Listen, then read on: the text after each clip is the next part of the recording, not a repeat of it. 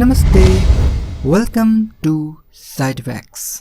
कभी ये BC547 लगाते हैं, कभी 2N3904 लगा देते हैं और कभी कुछ लगा देते हैं और सभी NPN ट्रांजिस्टर हैं। तो आखिर मामला क्या है? ये जो भी इलेक्ट्रॉनिक्स में नए नए हैं उन सभी के मन में ये प्रश्न जरूर आता है, लेकिन आज आपको इसका थोड़ा बहुत आइडिया मिल जाएगा। इस वीडियो में मैं आपको यही बताने वाला हूँ कि हम किसी सर्किट में कौन सा ट्रांजिस्टर कब यूज़ करते हैं। तो सबसे पहले तो हमें ये पता होना चाहिए कि ट्रांजिस्टर करता क्या है। जैसा कि आपको पता ही होगा, फिर भी मैं बता देता हूँ। ट्रांजिस्टर किसी भी सर्किट में सामान्य रूप से दो ही काम करता है, पहला स्विचिंग और दूसरा एम्प्लीफिकेशन। अब इन दोनों चीज़ों से हम क्या करते हैं ये हमारे ऊपर डिपेंड करता है। तो मैं यहाँ कुछ ट्रांजिस्टर के नाम आपको बताता हूँ, मुझे यकीन है आप इनके बारे में ज़रूर जानते होंगे। BC547, 2N2222, 2N3904, BD139, 2N3866, 2N3055। हो सकता है एक दो ट्रांजिस्टर के बारे में आप न जानते हो, लेकिन बाकी के सभी ट्रांजिस्टर के बारे में आप ज़रूर जानते होंगे अगर आपने इलेक्ट्रॉनिक्स के सर्किट देखे हैं और कुछ एक्सपेरिमेंट किए हैं। ये सभी NPN ट्रांजिस्टर्स हैं, सभी में 3 पिन हैं और काम भी सभी एक जैसे ही करते हैं। अब आता है हमारा मुख्य प्रश्न कि इनमें से कौन सा ट्रांजिस्टर कब यूज़ करें। तो इसके लिए हमें इन सब की डेटा शीट की ज़रूरत होगी, तभी हम इनके बारे में गहराई से जान पाएंगे। तो डेटा शीट पर जाने से पहले हम एक छोटा सा उदाहरण समझते हैं। मान लीजिए आपको कुछ भारी सामान अपने घर में रखवाना है, जिसके लिए आपको इन लोग जो मैं बता रहा हूँ उसमें से चुन सकते हैं। A, ये काफ़ी ताकतवर हैं और बिजली का काम भी जानते हैं।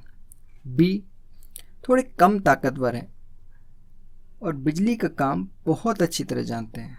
C, बहुत कमज़ोर हैं और बिजली का काम भी ठीक ठाक जानते हैं। D, केवल बिजली का काम ही जानते हैं। तो ये आपके सामान पर निर्भर करता है कि वो कितना भारी है और बिजली के काम की उसमें ज़रूरत है या नहीं है। साथ ही साथ ये इस पर भी निर्भर करता है कि कौन व्यक्ति कितना चार्ज लेता है काम करने का। तो इन सबको ध्यान में रखकर ही आप इनमें से कोई एक ऑप्शन चुनेंगे। तो मुझे उम्मीद है आप समझ गए होंगे। उसी तरीके से ट्रांजिस्टर हम चुनते हैं। तो अब डेटा शीट पर आते हैं। तो सबसे पहले मैं आपको बता दूं किसी ट्रांजिस्टर की डेटा शीट आपको कैसे मिलेगी। बहुत आसान है, आप इंटरनेट पर जाइए, वहाँ पर उस ट्रांजिस्टर का नाम और डेटा शीट लिख दीजिए। बहुत सारी वेबसाइट्स आ जाएंगी जहाँ आपको PDF में या नॉर्मली डेटा शीट मिल जाएगी। तो मैंने सभी ट्रांजिस्टर की डेटा शीट इकट्ठी करके उसमें से अपनी डेटा शीट बनाई है, जिसमें मैंने आपको जो ट्रांजिस्टर बताए थे सभी के बारे में मुख्य जानकारी है। तो इसमें कई सारे टर्म हैं, नेम, टाइप, PC यानी कि उसका power, VCB collector base volt, VCE collector emitter volt, VEB emitter base volt, IC मतलब उसका collective current, FT transition frequency, CC collective capacitance, HFE और उसका प्राइस रुपए में। तो ये ट्रांजिस्टर जो है वो सभी NPN ट्रांजिस्टर हैं। तो इसमें मैं आपको 3 एग्जाम्पल दूंगा, उसके बाद आपको आइडिया लग जाएगा कि कब कौन सा ट्रांजिस्टर यूज़ होता है। तो सबसे पहले हम एक एग्जाम्पल लेते हैं। मान लीजिए हमें जो 5 mm की LED आते हैं छोटी वाली, वो 10 LED पैरेलल में लगा के वो ब्लिंक करवानी है, ठीक है। तो यहाँ पे हमें एक स्विचिंग के ट्रांजिस्टर की ज़रूरत होगी स्विचिंग करने के लिए। तो अब हम कौन सा ट्रांजिस्टर यूज़ करेंगे? तो हमें 10 LED यूज़ करना है 5 mm की। तो एक LED 20 मिली एम्पियर लगभग करंट लेती है, तो 10 कितने हो गए? 200 मिली एम्पियर। तो हमें एक ऐसे ट्रांजिस्टर की ज़रूरत होगी जो 200 मिली एम्पियर तक हैंडल कर सके। तो लिस्ट में देखने पे पता चलता है कि हाँ, एक ट्रांजिस्टर है जो 200 मिली एम्पीयर हैंडल कर सकता है।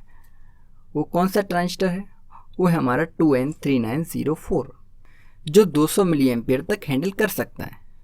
और हमें कोई ज़्यादा खास उसको बहुत ज़्यादा मेगाहर्ट्ज़ पे या उस पर नहीं चलाना है, हमें नॉर्मली 10-20 हर्ट्ज़ की फ्रीक्वेंसी पे उसको चलाना है, उसको ब्लिंक कराना है।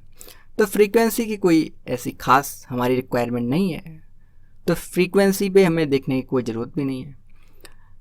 तो यहाँ पे 2N3904 जो है वो हमारे काम आ सकता है और वो 3 रुपये का आता है। ठीक है, अब क्या हम यहाँ पे 2N3904 यूज़ करें या BC547 यूज़ करें? तो सीधा सा जवाब है 2N3904 यूज़ करें, क्योंकि BC547 जो है वो आपका सिर्फ 0.1 एम्पियर यानी कि 100 मिली एम्पियर तक ही हैंडल कर सकता है। और अगर हम उसको 2 यूज़ करते हैं तो 200 मिली एम्पियर हैंडल तो कर लेगा, लेकिन उसकी रेट बढ़ जाएगी। फिर आपको 2 लगाने पड़ेंगे और वो आपको 4 रुपये का पड़ेगा। और वो अगर 3904 लगा देंगे तो आपका 3 रुपये में काम हो जाएगा। तो ये उदाहरण से आप समझ गए होंगे कि हमें सब कुछ देखना पड़ता है, उसकी प्राइस भी देखनी पड़ती है और उसका जो उसकी क्षमता है वो भी देखनी पड़ती है। तो ये आप समझ गए होंगे। अब हम दूसरा उदाहरण लेते हैं।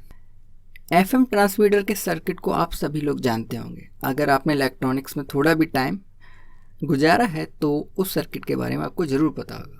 ये एक ऐसा सर्किट होता है जो हमारे FM के रिसीवर पे सिग्नल भेज सकता है, और उसमें मोस्टली हम 2N3904 ट्रांजिस्टर का यूज़ करते हैं और बड़ी आसानी से उसमें कोई ज़्यादा कंपोनेंट भी नहीं लगते, हम ट्रांसमीटर बना सकते हैं।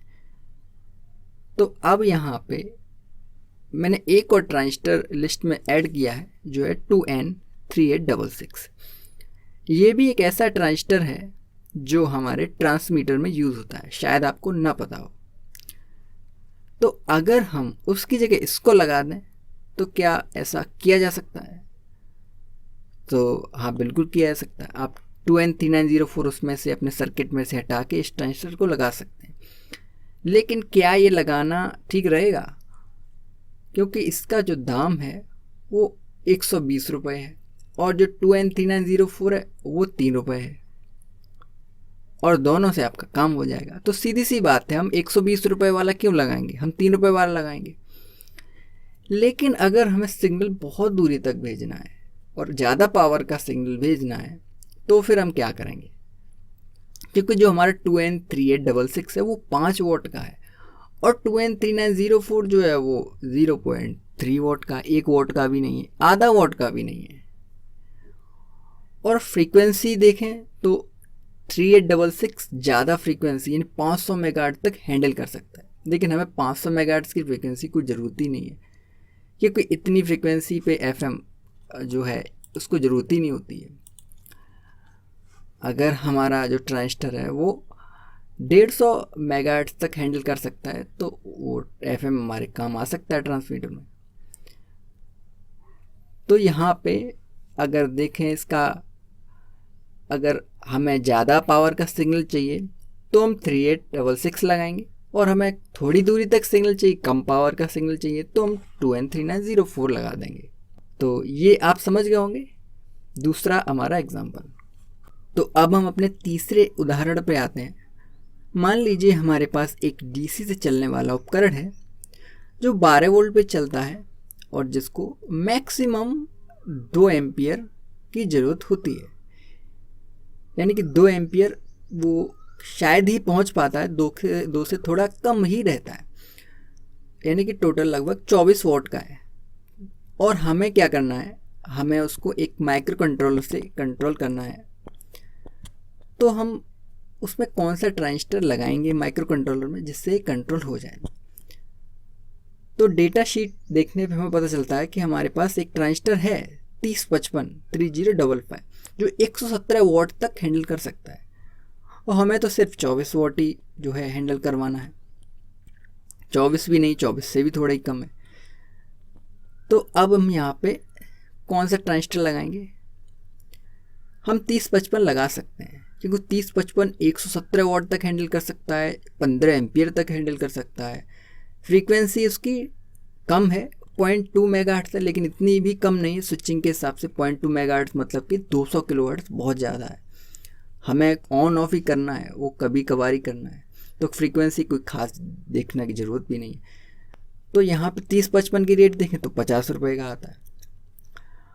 तो हमारे दिमाग में एक आइडिया आएगा कि क्यों ना हम ऐसा ट्रांजिस्टर देखें जो सस्ता आता हो और हम इसको एक की जगह 2 लगा दें। तो यहाँ आता है, देखने पे पता चलता है कि एक ट्रांजिस्टर आता है BD139 जो 12 वोल्ट तक हैंडल कर सकता है, 10 रुपये का आता है, और करंट भी 1 एम्पियर तक हैंडल कर सकता है। अगर हम इसको 2 लगा दें तो हमारे 24 वोल्ट तक हैंडल कर सकता है और 2 एम्पियर भी हो जाएंगे। और देखिए वोल्ट भी कोई ऐसी उसमें बाउंडेशन नहीं है, वोल्ट तो 80 वोल्ट तक जो है उसमें चला सकते हैं, हमें तो खाली 12 वोल्ट ही चलाना है। तो यहाँ पे अगर हम 2 लगाते हैं तो 20 रुपये का हो जाएगा और हमारा काम भी हो जाएगा, और 30-55 लगाते हैं तो 50 रुपये का खर्चा आएगा। तो हम कौन सा लगाएंगे? सीधी सी बात, हम 2 BD139 लगा देंगे, हमारा काम हो जाएगा। तो यहाँ पे हम खर्चा बचा लेंगे। तो यहाँ आप तीसरे एग्जाम्पल से समझ गए होंगे कि हम कौन सा ट्रांजिस्टर कब यूज़ करते हैं।